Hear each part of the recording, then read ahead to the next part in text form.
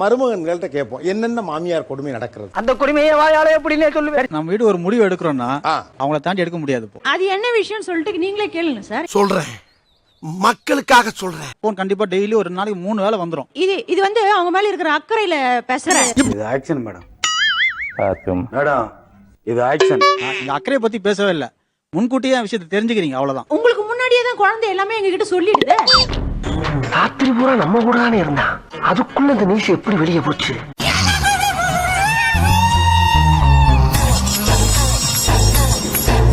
அவங்கள வந்து மனசை நோகடிக்கணும், அவங்க விஷயத்தெல்லாம் நம்ம தெரிஞ்சுக்கணும்ன்றதுல சார் அவங்க மேல இருக்கிற அக்கறை. பண்றது மோசம், இதுல பாசம் வேற. இப்போ காலையில என்ன சமைச்சீங்க, அடுத்து நைட் இவ்வளவு நேரம் தூங்கல, சாயங்காலம் குழந்தைக்கு என்ன கொடுத்த, ஏன் கொடுக்கல, இவ்வளவு விவரம் தேவைப்படுது உங்களுக்கு. Information is wealth. எங்களுக்கு அக்கறை இருக்கிறதுனால கேக்குறோம், அதையும் உங்களுக்கு தப்பா படுது. ஒரு மனுஷன் போய் பேசலாம், ஆனா ஏக்கர் கணக்கில் எல்லாம் பேசக்கூடாது. நீங்க ஆக்சுவலா போட்டு வாங்குறீங்கங்கறாங்க. போட்டு வாங்கி கேட்டு தெரிஞ்சுக்கணும்னு அவசியம் எங்களுக்கு இல்ல சார். இதெல்லாம் நம்புற மாதிரி அங்க இருக்குது. ஓ நாங்க ஷேர் பண்ண நினைக்கிறோம், நீங்க ஷேர் பண்ணல. அவங்க வீட்டுல நடக்குதுன்னா நமக்கு தெரியாது, சொல்லவே மாட்டாங்க. அது தப்பு. எதுக்குப்பா என் கதை உனக்கு என்னத்துக்குப்பா? ஏன் கதை உங்களுக்கு எதுக்கு? சபாஷ், சரியான போட்டி. நாளைக்கு மறு பிள்ளைக்கும் பிரச்சனை வரக்கூடாது, மாமியார் வீட்லயும் பிரச்சனை வரக்கூடாது, நாங்க ஸ்க்ரூ கொடுக்குறோம், அவ்வளவுதான். அதனால பிரச்சனையே வரும் ஆக்சுவலா. என்ன சிரிப்பு ராஸ்கல், என்ன சின்ன பிள்ளைத்தனமா இருக்கு. எதுக்கு இவ்வளவு இன்ஃபர்மேஷன் தேவைப்படுது? அந்த அளவுக்கு இருந்ததுனால தான் சார் ஒண்ணுமே தெரியாம இருந்தவ இன்னைக்கு பிரியாணி செய்யறது கூட ரெடியா இருக்கா சார். இதெல்லாம் ஒரு பெருமையா பாஸ்? எனக்கு பெருமைடா எருமை. ஆக்சுவலா உங்க மனைவியை கொஞ்சம் அவங்க ஸ்ட்ரீம் பண்றாங்க. இல்ல சார், ஸ்க்ரீம் பண்ணி கண்ட்ரோல் பண்ற மாதிரி ஆயிடுச்சு. இப்போ கொஞ்சம் லெஃப்ட் பாண்டி, இப்பாண்டி கொஞ்சம் ரைட். எப்பா நீ உன் பொண்டாட்டிய மல்லிப்பூ மாதிரி வச்சுக்கோப்பா, வேணாம்னு சொல்லல. பேர் கேடக்கூடாது, என் பொண்ணு நல்லா வளர்த்திருக்காங்கன்ற பேர் எனக்கு வரணும். கொஞ்சோண்டு சட்னி வேணா தரேன், நக்கிட்டு போறீங்க. கல்யாணத்துக்கு முன்னாலே நல்லா சமைக்கிறதுக்கு, குடும்பத்தை எப்படி நிர்வாகம் பண்ணணும் அதெல்லாம் சொல்லி கொடுத்து கல்யாணம் பண்ணி இருந்திருக்கலாமே. இது ஒரு நல்ல கேள்வி. பதில் சொல்றா. அட எங்க சார் இந்த காலத்து பொண்ணுங்க அதெல்லாம் இது என்னமா பண்றாங்க? கதையா இருக்குது. அவரே கொண்டு வைப்பாராம், அவரே எடுப்பாராம். நீங்க உங்க வீட்டுல இருந்தப்பெல்லாம் சும்மா இருந்துட்டு அக்கறை இப்ப சொல்றீங்கல்ல, அப்ப திருமணத்துக்கு முன்னால உங்க பொண்ணு மேல உங்களுக்கு அக்கறை இல்லையா? வந்து இப்ப நான் என்ன உங்கள்ட்ட சொல்றது?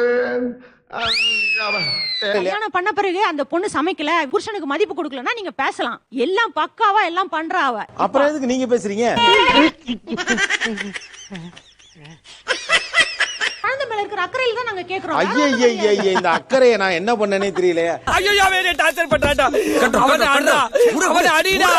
உங்க நல்லதுக்காகத்தான் செய்யறேங்கிறாங்க எல்லாத்தையும். அது ஓவர்லோட் ஆகும்போது கஷ்டமா இருக்கு சார். எல்லாத்துலயுமே தலையிட முடியாது சார். அதான் ரொட்டீன் லைஃப். அதான் ரொட்டீன் லைஃப்ல உள்ள வந்துட்டாவே ஓவர்லோடு தான்.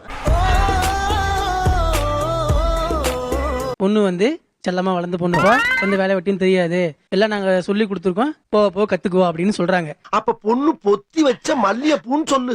அதேதான். கல்யாணம் பண்ணதுக்கு அப்புறமும் செல்லமாவே தான். அட்லீஸ்ட் வந்து சமையல் பண்ணமா கூட இல்லப்பா சமையல் பண்ண தெரியாது, அட்ஜஸ்ட் பண்ணிக்கப்பா. நாசமா போனவள அல்வாவை கூட உங்க அம்மா மாதிரி பண்ணிருக்கேன். எல்லா விஷயமும் தொட்டதுக்கெல்லாம் அவங்களே வந்து குறுக்கிடுறாங்க. அதாவது அவங்க முன்னால எப்படி செல்லமா இருந்தாங்களோ அப்படியே தான் இருக்காங்க. அது அவர்தான் மாத்தணும். மாத்த விட்டா தானே சார் அவங்க. ஆனா அத நாங்க விட மாட்டோம். மைண்ட் டிஸ்டர்ப் ஆயிடுறா, டென்ஷன் அதிகமாயிடுறா. இல்ல இப்ப இந்த டென்ஷனை யார்ட்ட காட்டுவாங்க? நான் தான் சார் பலிகடை. நான் தான் பலிகடை. அப்ப அவர் தானே இதை ஃபேஸ் பண்ணுவாரு.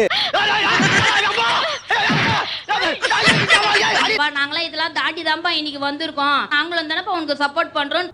என்னால நம்பவே முடியலையே சொல்றது அது வந்து அவருக்கு கஷ்டமா இருக்குன்னா அப்ப என் புள்ள கஷ்டப்படும் போது எனக்கு கஷ்டமா இருக்கும்ல சார். சாவும்ல நீ சாவும்ல செத்த போயில. 10 வாட்டில இருந்து 15 வாட்டி கால் பண்ணிடுவாங்க டெய்லியும். எங்கேயும் வெளியே போனா கூட கால் வந்துட்டே இருக்கும்.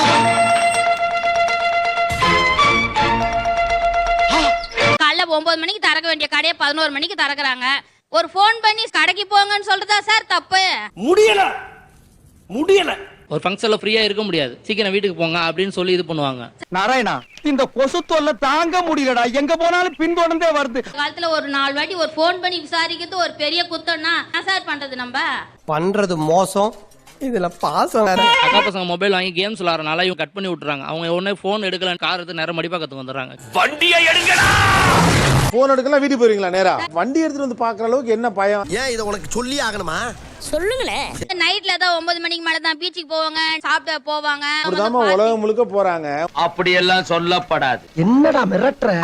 அப்படியெல்லாம் சொல்லப்படாதுன்னு அந்த டென்ட்ல சொன்னேன். எனக்கு ஒரு ஃபோன் பண்ணிட்டா நான் நிம்மதியா இருப்பேன் சார். ஏமா நானும் என் புருஷனும் ஃப்ரீயா பீச்ல லவ் பண்ண போறோம்னு ஒரு பொண்ணு எப்படிமா ஃபோன் பண்ணி சொல்ல முடியும்? நல்லா சொல்லு பர்ஸ். ஏமா இப்படி தப்பு பண்றீங்களம்மா? அவங்க மேரேஜ் லவ் மேரேஜ் தான். அதை உங்கள்ட்ட சொல்லிட்டு பண்ணுச்சா?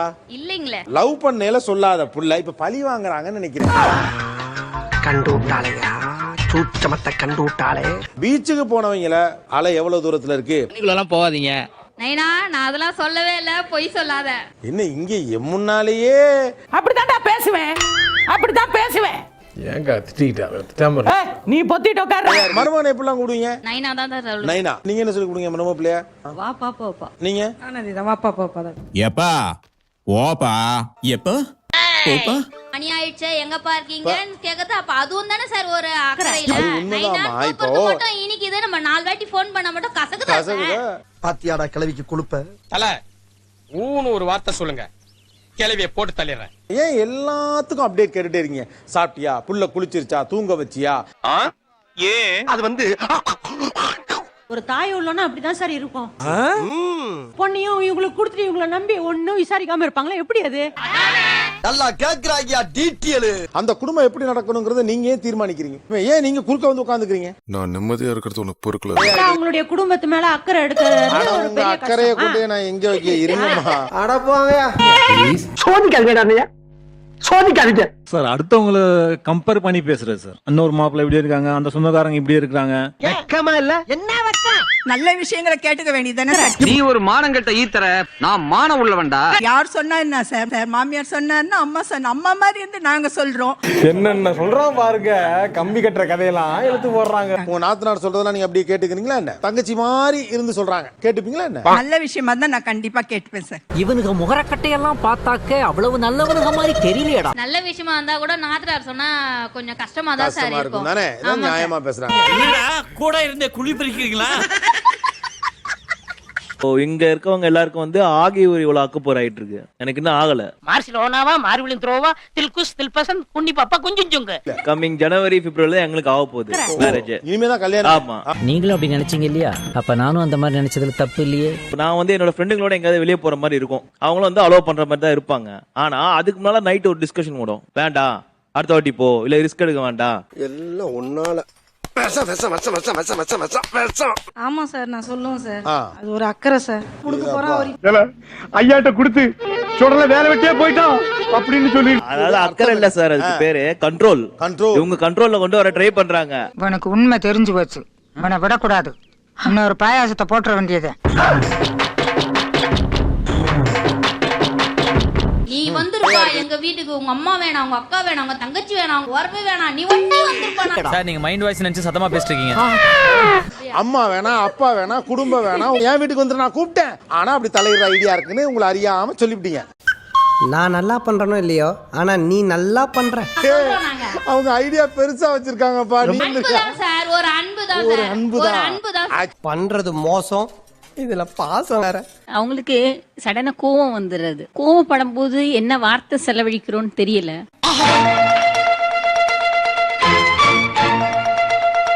எங்க வீட்டுல ஜாயின்ட் ஃபேமிலி. ஜாலியா கெட்ட வார்த்தை கூட பேசுவோம், ஃப்ரெண்ட்லியா தான் பேசுவோம்.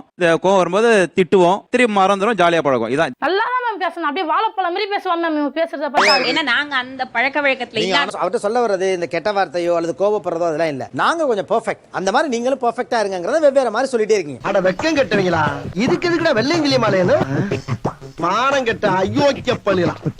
மாமியார்களுடைய தலையீட்டால் உங்கள் குடும்பத்தோட உங்களுக்கு என்ன பிணக்குகள் ஏற்படுகிறது? சொல்றேன், மக்களுக்காக சொல்றேன். குழந்தைங்க விஷயத்துல அதிகமா ஏற்படும் சார். ஸ்கூல் முடிச்சு வந்தா இவங்க வீட்டுல இருப்பாங்க, வீக்கெண்ட்ல வந்தா என் அம்மா வீட்டுக்கு போவாங்க. நான் வந்து கூட்டு போய் விட்டா கண்டிப்பா வீட்டுல பிரச்சனை. போட்டு விட்டு நீ வாழணும், நான் சாகணும். அங்க ஏன் விட்டீங்க, 2 நாள் கழிச்சு விடலாமே, அடுத்த வாரம் விடலாமே, இது ஒரு இஷ்யூவா போயிட்டு இருக்கும். அவன் போய் சொல்றான் ரெஃப்ரி, அவன் போய் சொல்றான். நம்மளுக்கு இருக்கிறது ஒரே ஒரு பேத்தி தான். நல்லா விளையாடுவாங்க. இங்க எடுத்து வந்து வாரத்துல ஒரு நாள் எப்பயாவது விட்டாங்கன்னாக்கா காலெல்லாம் பயங்கரமா வலிக்குது அப்படின்னு. இதற்கு இது பதில் இல்லையே. அதுக்காக வந்து அவங்க வீட்டுக்கு அனுப்பக்கூடாது, நம்ம வீட்லயே வச்சுக்கணும்ன்ற மென்டாலிட்டி எல்லாம் நம்மளுக்கு கிடையாது. ரீசன் அதுதான். தம்பி, ஒரு மனுஷன் போய் பேசலாம், ஆனா ஏக்கர் கணக்கில் எல்லாம் பேசக்கூடாது. ஆனா உறவாடுதல் முழுக்க உங்க சைடே இருக்க மாதிரி பாத்துக்கிறீங்கிறாங்க. உறவாடுதல் எங்க பக்கம் இருந்தாலும் பாசம் ஃபுல்லா அந்த பக்கம் தான் இருக்கு. வாய் மட்டும் இல்லைன்னா நாய் தூக்கிட்டு போயிடும். அம்மா சைடு வீட்டுல வளர்ந்த பசங்க கிட்ட உங்க தாத்தா பேர் என்னன்னு கேட்டு பாருங்க. அம்மா சைடு உள்ள தாத்தா பாட்டி பேர் தான் எங்க தாத்தா பாட்டின்னு ஃபர்ஸ்ட் குழந்தைங்க சொல்லிடுவாங்க. இவங்க சொல்லி கொடுத்துறாங்க. என்ன ஒரு புத்திசாலித்தனம். மாதிரிலாம் யோசிக்காதீங்க சார். அந்த மாதிரிலாம் யாரும் சொல்ல மாட்டாங்க சார். ஒரு மாமியாராச்சும் ஒரு மருமம் இப்படி அப்படின்னு ஏதாவது குறை சொன்னோமா? எங்க மரும்புல நல்ல மரும்புல தான் இது வரைக்கும் நாங்க சொல்றோம். இவனுக்கு முகரக்கட்டையெல்லாம் பார்த்தாக்க அவ்வளவு நல்லவனுங்க மாதிரி தெரியலையடா. அது லேடிஸ் வந்து ஒரு 40-45 வயசு வரைக்கும் யூஸ் பண்ணிக்கிறாங்க நல்லா. அதுக்கப்புறம் வந்து உனக்கு என்ன தெரியும் உட்கார வச்சிடுறாங்க. தம்பி உங்க சூழ்நிலை புரியுது. யாருக்குமே இப்படி வரக்கூடாது. உங்களை பொறுத்த வரைக்கும் மாமியார்னாக்கா கருவேப்பிலை சார். யூஸ் பண்ணிக்கிட்டு அவங்களை வந்து தூக்கி போட்டணும். அப்படிதான் சார் நீங்க நினைக்கிறீங்க. இப்ப கூட அவர்கிட்ட பேசிட்டீங்க, உங்க மாப்பிள்ளைகிட்ட பேசல. புத்திசாலித்தனம் இருக்குல்ல உங்களுக்கு. கண்டு விட்டாளையா, சூச்சமத்தை கண்டு விட்டாளே. இந்த புத்திசாலித்தனம் இந்த பசங்கள்ட்ட இருக்காது. அதனால தான் நாங்க அட்வைஸ் பண்றோம், எடுத்துக்கோங்க. இந்த மாப்பிள்ளைய குறை சொல்லிட்டீங்களே, புத்திசாலித்தனம் இல்லன்னு. அப்ப பேசுனா பிரச்சனைன்னு தெரிஞ்சு தவிர்க்கிறேன்னு சொல்ற நீங்க, தலையிட்டா பிரச்சனை வரும்னு உங்களுக்கு தெரியாதா என்ன? வந்து இப்ப நான் என்ன உங்கள்கிட்ட சொல்றது? உங்க மாமியாரு 10 போன் பண்ணி தகவல் கேட்டுக்கிட்டே இருந்தா, தலையிட்டுக்கிட்டே இருந்தா உங்க குடும்பத்துக்குள்ள பிரச்சனை இல்லாம இருக்குமா? பிரச்சனை வருமா? வரும் சார். வரும்ல. உனக்கு வந்தா ரத்தம், எனக்கு வந்தா தக்காளி சட்னா. ஒரு கஷ்டம் வந்து முதல்ல நிக்கிறாங்க பாருங்க சார். அது வந்து அவரை மிஞ்சிக்க யாரவே முடியாது சார். உனக்கு நான் வேற யாரையா செய்ய போறேன்? எந்த நடு ராத்திரியா இருந்தாலும் சரி, ஹாஸ்பிட்டல் அட்மிட் பண்ணி ட்ரீட்மெண்ட் முடிஞ்சு வீட்டுக்கு கூட்டிட்டு வர்றது வரைக்கும் அவ்வளவு கண்ணுல வச்சு பாப்பார் சார். அவங்க அம்மா எப்படி பாக்குறாரோ அதே மாதிரி என்ன பாப்பார் சார். அந்த விஷயத்துல ரொம்ப லக்கி. சப்ஸ்கிரைப் பண்ணு. வீடியோ ஒழுங்கா காமெடியா முடிச்சிட்டு போ. சப்ஸ்கிரைப் பண்ணு. காமெடியா பண்றா வீடியோவை. சப்ஸ்கிரைப் பண்றியா இல்லையா?